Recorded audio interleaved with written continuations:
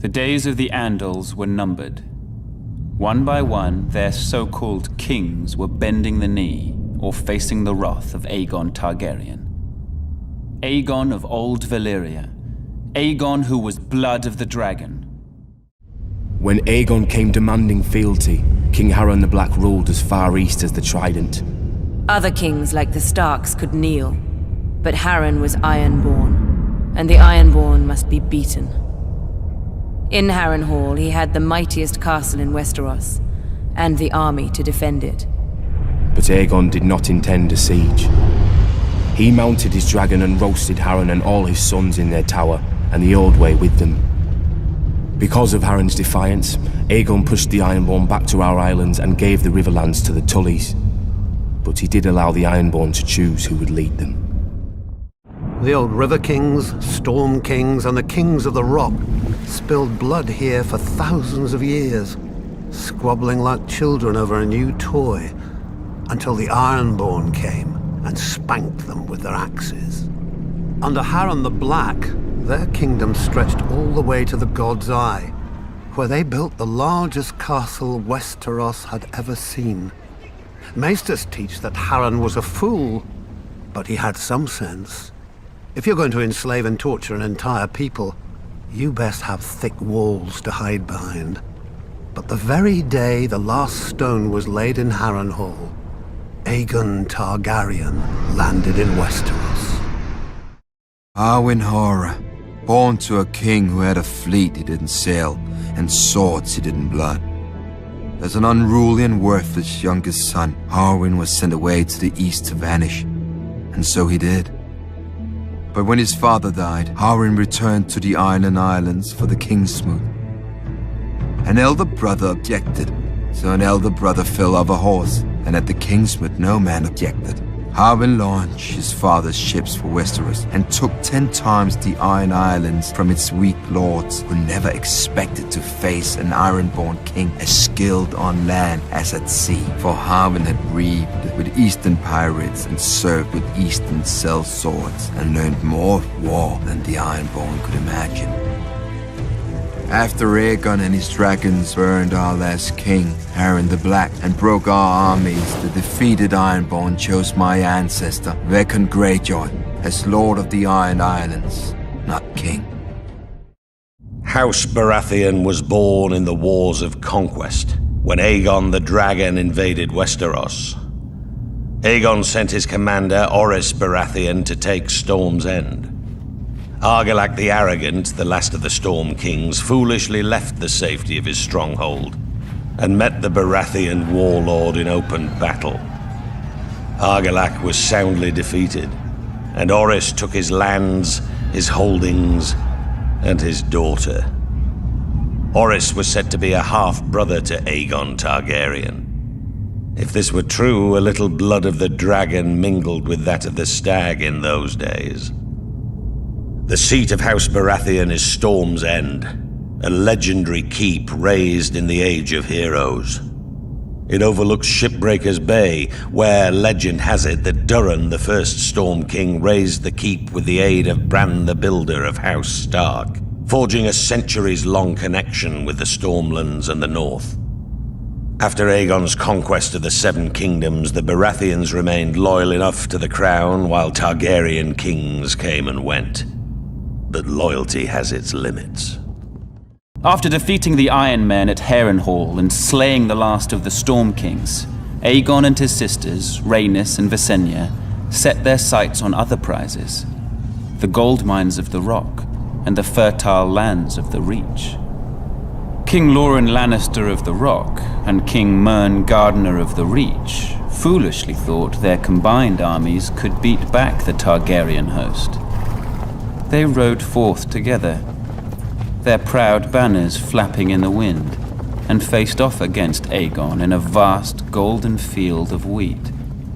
The two kings commanded a massive force of nearly 60,000, and it appeared the day was theirs, until Aegon unleashed all 3 of his dragons for the first and only time.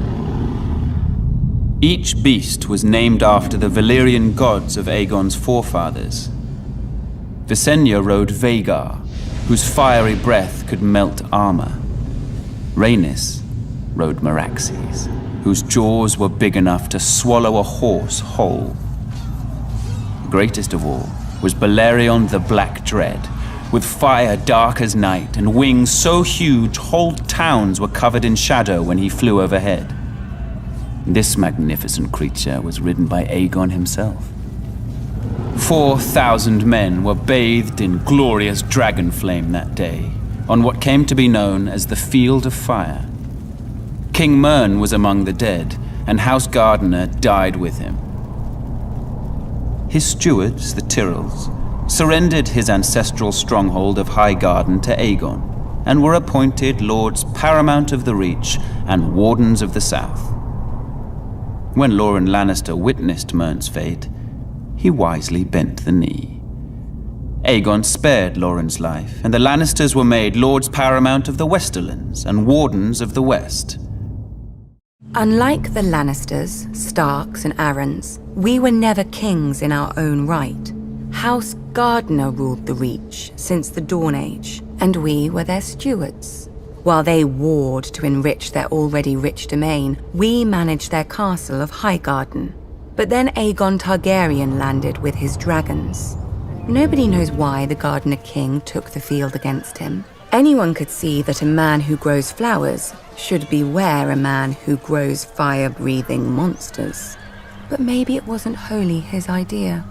Maybe someone whispered in his ear about all the face he'd lose with the other 6 kings if he stayed home. The rest is history. The last Gardener King lost his face, along with his body, and his steward Harlan Tyrell promptly yielded Highgarden to Aegon. My grandmother swears that Harlan was like most of our men and grew up banging steel together too loudly for a thought to penetrate. But luckily, his wife had better sense. Whatever the case, in return for Harlan's show of sense, Aegon proclaimed House Tyrell the Lords of the Reach and Wardens of the South, passing over all the other houses with better claims. Some great houses call us upstarts. But the truth is that while the Starks and Lannisters fell to the Targaryens in defeat, House Tyrell rose.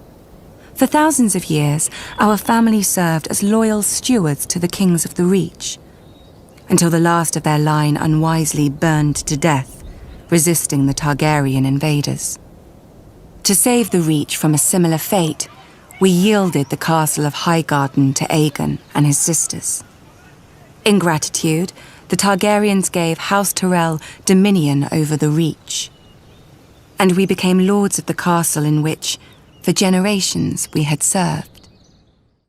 When Aegon the Conqueror was earning his name, House Hightower traded its loyalty to the Gardeners for his confirmation of their rights, welcoming him with open arms and open gates. House Hightower bent the knee to Aegon to spare the city from his dragons. I would think such insinuations and insults beneath even you, Qyburn. Then again, mockery of one's betters is the trade of fools. I wouldn't know. The Starks reigned as kings for thousands of years, even withstanding the invasion of the Andals. As the southern kingdoms fell and the children of the forest were driven away, the North stood strong, maintaining its religious customs and its way of life. Eventually, the reign of the Kings of Winter came to an end with the coming of Aegon the Conqueror. After Aegon and his dragons destroyed the combined armies of the Reach and the Rock at the Field of Fire, King Torrhen Stark bent the knee and swore fealty to the Targaryen dynasty in order to spare the destruction of Winterfell and his people. He was forever after known as the King Who Knelt. As a reward for his submission, Aegon named Torrhen Lord of Winterfell and Warden of the North. Aegon the Conqueror arrived in Westeros. House Arryn bent the knee to Aegon and his dragons, and were allowed to maintain their control of the region as Lords Paramount of the Vale and Wardens of the East. King's Landing is both a city and a curse. Aegon the Conqueror was the first king to land there. His first conquest, a tiny village at the mouth of the Blackwater River where he raised a wooden fort. When it became clear that Aegon would earn his title, people flocked to the fort and renamed it King's Landing in his honor.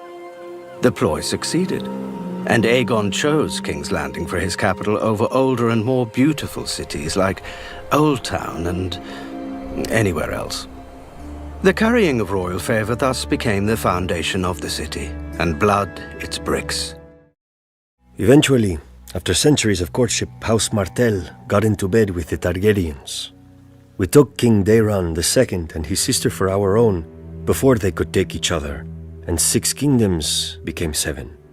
Even now, I do not blame my ancestors. One look at those long, silver locks. It is not every day a man gets to ride a dragon. Aegon's conquest was assured. In a short time, the so-called 7 kingdoms were melted down in the heat of the dragon's flame and transformed into a single realm. Aegon would forever be known as Aegon the Conqueror.